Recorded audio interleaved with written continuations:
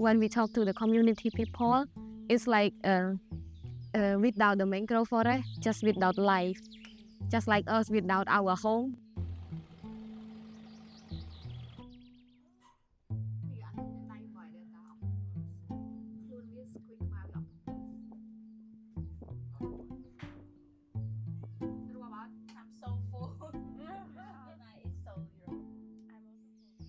We can see a lot of real estate from Phnom Penh come to destroy the mangrove forest and start cut it into pieces and selling the land. Nobody own it. It is the state land. It is our land, my people land. Mangrove forest protect people house. Mangrove forest protect the sea life house, and mangrove forest help us with our environment.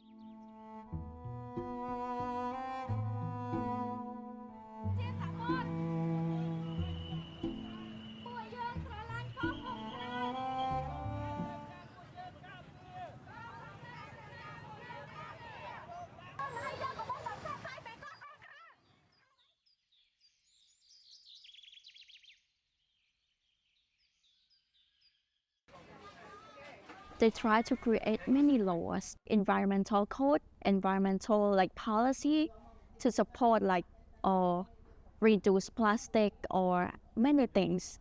But the biggest problem is that they never practice to the policy or to the law that they were created for the people. Like sand mining, hydropower dam, it's completely affect to the people, especially local communities, their livelihood, because like it's sometimes it's not sometimes it always like never a good project at all which give benefit to the local people, but always a fake project, and mostly from Chinese company which is have a good cooperation with the state. So that's the biggest problem is no lack of rule of law. They mostly use like rule by law, use all those law to like as a material to remove all those like poor people more and give benefit to the rich people and the powerful people.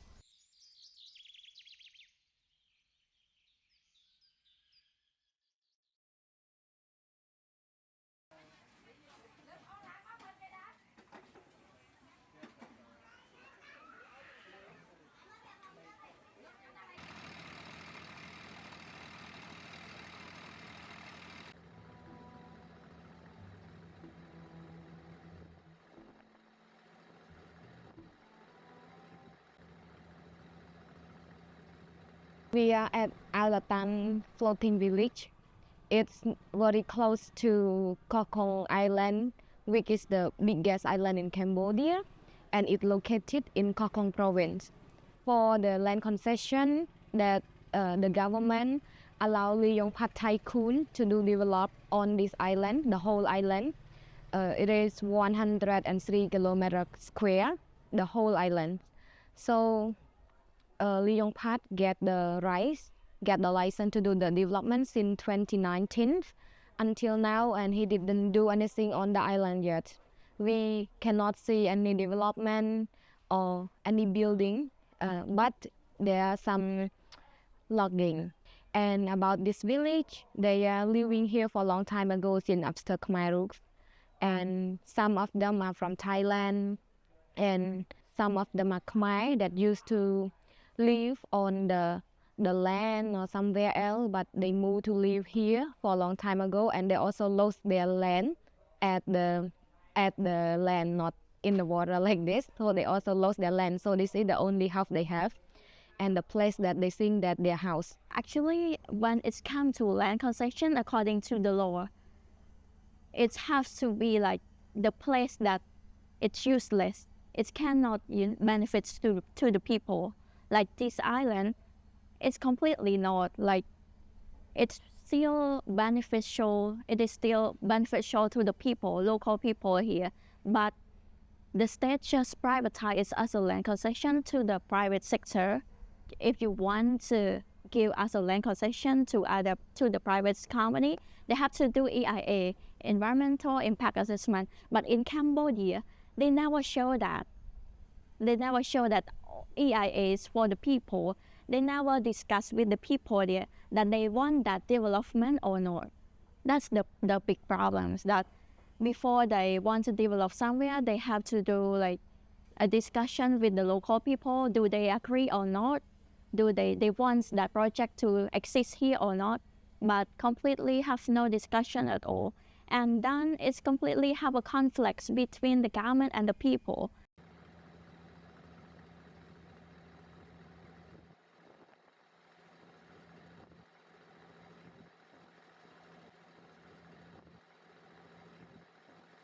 In 2016, it is sand mining transport to Singapore.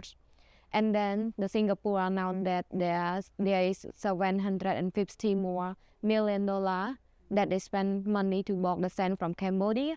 But in Cambodia, only 5.5 million. So it is 740 more million lost into someone's pocket.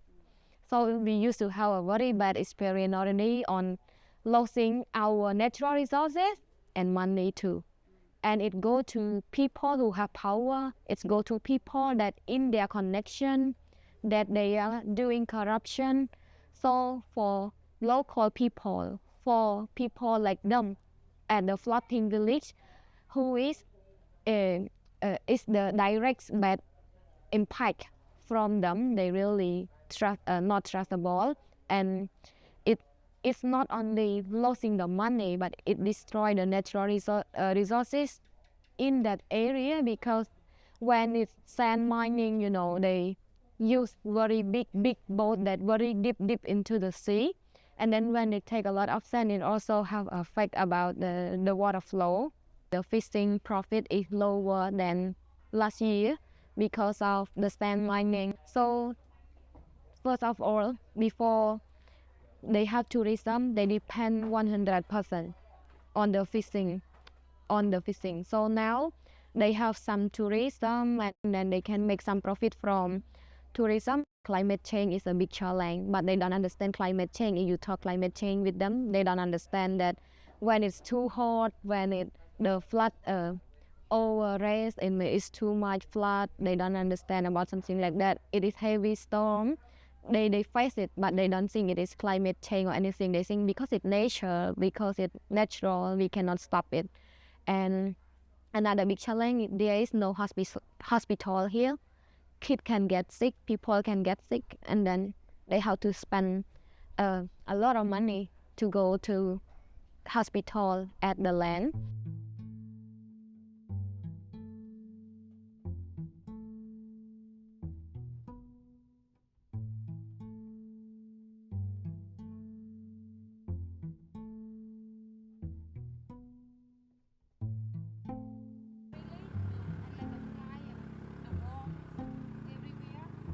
Our activists already filmed a video about a field that full of the trash that bring from the province, the middle of the province, and casino at the border to throw away at the field, and the field is in the mangrove forest protected area.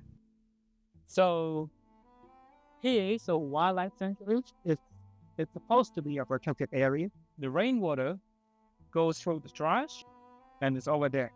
Sometimes it leak outside the trash, and there's a big source of water over there.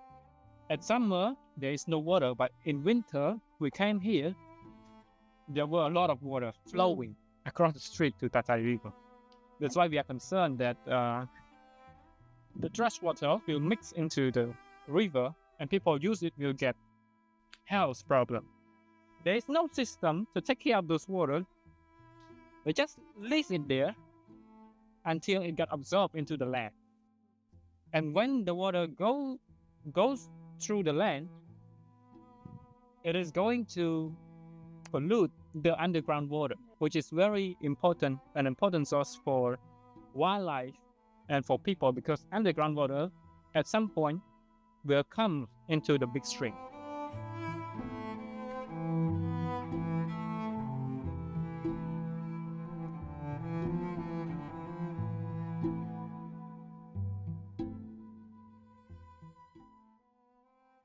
We need some commitment from the state.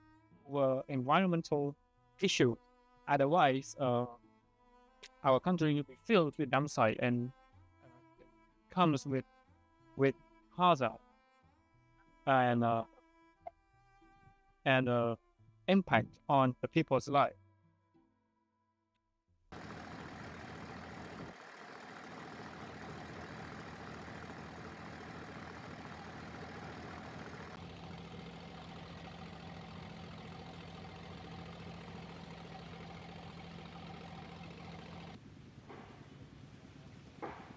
When we talk about climate, we also talk about the environment that we live in, and it's important to every people, every person in it. So climate justice is that we care about our environment, about our climate change.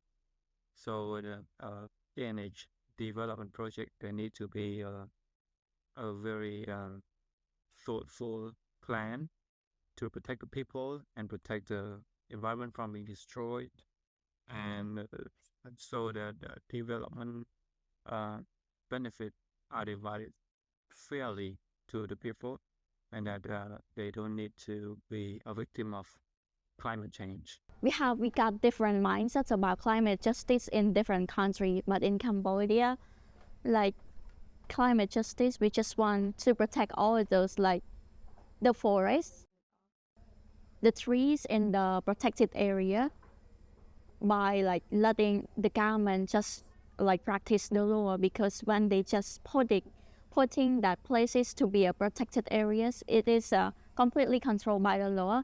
So we want all those trees to be exist for the next generation, for like our breed. Also like want all those local community, the people in the community can just like living in a well-being one, because right now they are at risk of like many things with the law, and they cannot go into the forest because the authority just said that, oh, you have no right to go to the forest, right, like that. So we just want all the natural resources to be exist.